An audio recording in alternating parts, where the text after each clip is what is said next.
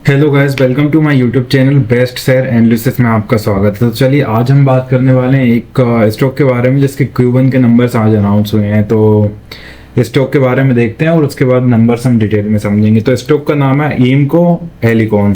तो एमको एलिकॉन की एमको एलिकॉन इंडिया।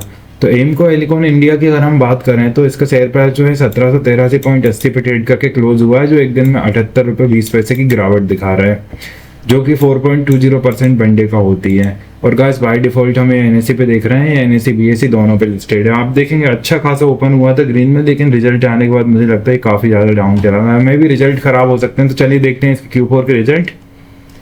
पहले देखते हैं आइमको एलिकॉन्स के Q1 के स्टैंड अलोन जो नेट प्रॉफिट है ये बढ़ गया 154 मिलियन, अप हो गया 6% ईयर ऑन ईयर बेसिस पे। तो चलिए देखते हैं, रिजल्ट तो लग रहा है अच्छे आए हुए हैं। तो इसके रिजल्ट कैसे क्या आए हुए हैं। रिजल्ट की अगर हम बात करें तो statement of unaudited financial result है फॉर द जो क्वार्टर एंड हुआ है 30 जून 2026 उसके लिए है ये। तो ये जो statement of unaudited financial result है फॉर द क्वार्टर एंड हुआ है 30 जून 2026 उसके लिए। और ये जो सारे फिगर्स दिए गए हैं वो लाख्स में दिए गए हैं गाइस, करोड़ में कुछ भी नहीं है। ये 30 जून 2026 का रिजल्ट क्वार्टर 1 का। तो अब हम देखते हैं इनकम की अगर हम बात करें तो जो रेवेन्यू फ्रॉम ऑपरेशंस रहा है इस क्वार्टर में, जो रहा है 7,752.31 लाख का, जो पिछले क्वार्टर में 6,688.28 लाख का हुआ करता था। और पिछले साल इसी क्वार्टर में हम देखें तो 6,756.99 लाख का हुआ करता था। तो पिछले क्वार्टर से कंपेयर करें तो अच्छी खासी ग्रोथ है, और पिछले साल के क्वार्टर से कंपेयर करें इस वाली तो भी अच्छी खासी ग्रोथ देखने को मिल रही है। और अदर इनकम की अगर हम बात करें तो अदर इनकम में 775.94 लाख की अदर इनकम इस क्वार्टर रही है, जो पिछले क्वार्टर 131.29 लाख की अदर इनकम नहीं थी, लॉस था। और पिछले साल इसी क्वार्टर में 809.17 लाख की अदर इनकम रही थी। तो अच्छी खासी ग्रोथ अदर इनकम में भी। अदर इनकम तो ठीक है, स्टेबल से ही बोलूंगा मैं, लेकिन पिछले क्वार्टर में डाउन थी, एकदम से अप हुई है, अच्छी बात है। टोटल इनकम की अगर हम बात करें अब इस क्वार्टर में तो टोटल इनकम 8,528.25 लाख की रही है, जो पिछले क्वार्टर में 6,556.99 लाख की थी। पिछले साल इसी क्वार्टर में 7,566.16 लाख की टोटल इनकम हुआ करती थी।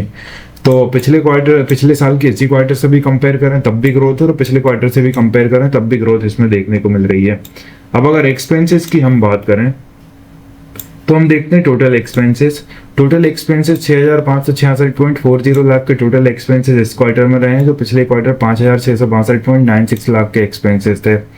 और पिछले साल इसी क्वार्टर में 5,724.85 लाख के एक्सपेंसेस थे। तो बेसिकली जो एक्सपेंसेस हैं पिछले क्वार्टर से इस क्वार्टर अप हुए हैं, और पिछले साल के क्वार्टर से भी इस क्वार्टर अप हुए हैं। और वो उसका रीजन मैं ये आपको बता दूं कि रेवेन्यू फ्रॉम ऑपरेशंस में ग्रोथ है, इस वजह से टोटल इनकम में ग्रोथ है। इस वजह से कंपनी काम करेगी तो एक्सपेंसेस बढ़ेंगे, एक्सपेंसेस बढ़ेंगे तभी तो रेवेन्यू बढ़ेगा, मतलब रेवेन्यू बढ़ेगा डेफिनेटली एक्सपेंसेस तो बढ़ेंगे ही। प्रॉफिट बिफोर टैक्स की अगर हम बात करें तो 1961.85 लाख का प्रॉफिट बिफोर टैक्स इस क्वार्टर रहा, जो पिछले क्वार्टर 894.03 लाख का प्रॉफिट बिफोर टैक्स हुआ करता था। और पिछले साल इसी क्वार्टर में 1841.31 लाख का प्रॉफिट बिफोर टैक्स हुआ करता था। तो बेसिकली जो प्रॉफिट बिफोर टैक्स है पिछले क्वार्टर के कंपैरिजन में तो ग्रोथ है, और पिछले साल के इसी क्वार्टर के कंपैरिजन में भी अच्छी खासी ग्रोथ देखने को मिल रही है। अब नेट प्रॉफिट की अगर हम बात करें, टैक्स देने के बाद नेट प्रॉफिट कितना क्या रहा है, तो वो ज़्यादा जरूरी है, क्योंकि आप हो हम हो कंपनियां हो, इसीलिए ये सब काम करते हैं। तो 1537.85 लाख का नेट प्रॉफिट रहा है इस क्वार्टर, जो पिछले क्वार्टर 636.42 लाख का हुआ करता था। और पिछले साल इसी क्वार्टर में 1448.26 लाख का नेट प्रॉफिट हुआ करता था। तो पिछले क्वार्टर के कंपैरिजन में इस क्वार्टर ग्रोथ देखने को मिल रही है नेट प्रॉफिट में, और पिछले साल के क्वार्टर के कंपैरिजन में भी इस क्वार्टर अच्छी खासी ग्रोथ देखने को मिल रही है नेट प्रॉफिट में। अगर हम ईपीएस की बात करें तो बेसिक हम देखेंगे तो बेसिक में 26.66 का ईपीएस इस क्वार्टर रहा, जो पिछले क्वार्टर 11.03 का ईपीएस था।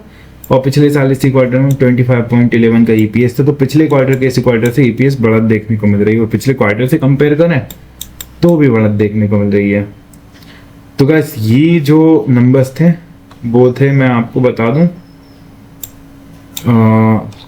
एमको एलिकॉन इंडिया से इंडिया लिमिटेड के Q1 के ये नंबर थे गाइस। नंबर्स काफ़ी अच्छे आए हुए हैं, इसके बाद स्टॉक में गिरावट है। तो पता नहीं किस रीजन से गिरावट आई, वहाँ के नंबर बहुत अच्छे आए हुए हैं गाइस। तो ये जो Q1 के हमने रिजल्ट देखे, तो एमको एलिकॉन इंडिया लिमिटेड की Q1 फाइनेंशियल ईयर 27 के रिजल्ट्स हैं। इसी तरह और भी स्टॉक रिलेटेड न्यूज़ जानने के लिए और स्टॉक रिलेटेड रिजल्ट जानने के लिए हमारे चैनल को लाइक शेयर सब्सक्राइब करना बिल्कुल ना भूलना। Thank you.